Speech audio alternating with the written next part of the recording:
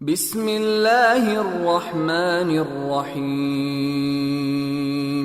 يا أيها الذين آمنوا لا تقدموا بين يدي الله ورسوله واتقوا الله إن الله سميع عليم. يا أيها الذين آمنوا لا ترفعوا أصواتكم فوق صوت النبي ولا تجهروا له بالقول كجهر بعضكم لبعض أن تحبط أعمالكم وأنتم لا تشعرون. إن الذين يغضون أصواتهم عند رسول الله أولئك الذين امتحن الله قلوبهم للتقوى لهم مغفرة وأجر عظيم. إن الذين ينادونك من وراء الحجرات أكثرهم لا يعقلون. ولو أنهم صبروا حتى تخرج إليهم لكان خيرا لهم والله غفور رحيم. يا أيها الذين آمنوا إن جاءكم فاسق بنبأ فتبينوا أن تصيبوا قوما بجهالة فتصبحوا على ما فعلتم نادمين.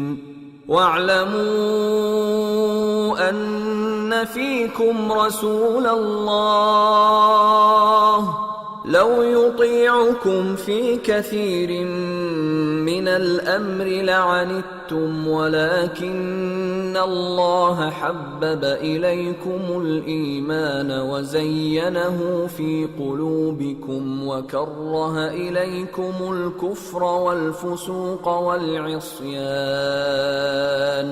أولئك هم الراشدون فضلا من الله ونعمه والله عليم حكيم. وإن طائفتان من المؤمنين اقتتلوا فأصلحوا بينهما فإن بغت إحداهما على الأخرى فقاتلوا التي تبغي حتى تفيء إلى أمر الله فإن فاءت فأصلحوا بينهما بالعدل وأقسطوا إن الله يحب المقسطين. إنما المؤمنون إخوة فأصلحوا بين أخويكم واتقوا الله لعلكم ترحمون. शुरू अल्लाह का नाम लेकर जो बड़ा मेहरबान निहायत रहम वाला है। मोमिनो, किसी बात के जवाब में अल्लाह और उसके रसूल से पहले न बोल उठा करो और अल्लाह से डरते रहो, बेशक अल्लाह सुनता है, जानता है। ए अहले ईमान, अपनी आवाजें पैगंबर सल्लल्लाहु अलैहि वसल्लम की आवाज से ऊंची न करो और जिस तरह आपस में एक दूसरे से जोर से बोलते हो उसी तरह उनके रूबरू जोर से न बोला करो।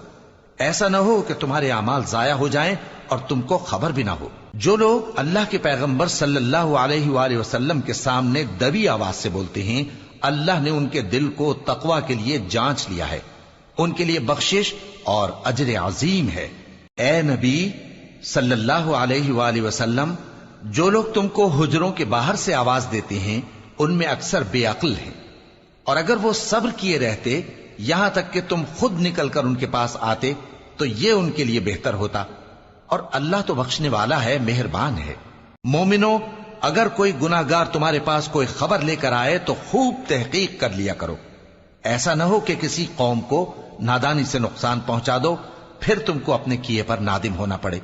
اور جان رکھو کہ تم میں اللہ کے پیغمبر صلی اللہ علیہ وآلہ وسلم ہیں، اگر بہت سی باتوں میں وہ تمہارا کہا مان لیا کریں تو تم مشکل میں پڑ جاؤ، لیکن اللہ نے تمہارے لیے ایمان کو عزیز بنا دیا اور اس کو تمہارے دلوں میں سجا دیا، اور کفر اور گناہ اور نافرمانی سے تم کو بیزار کر دیا۔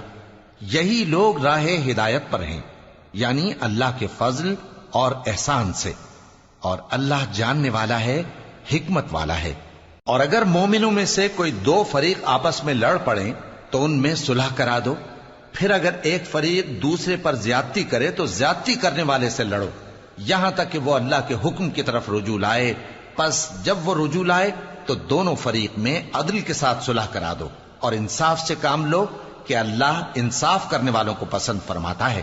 مومن تو آپس میں بھائی بھائی ہیں، تو اپنے دو بھائیوں میں صلح کرا دیا کرو، اور اللہ سے ڈرتے رہو تاکہ تم پر رحمت کی جائے۔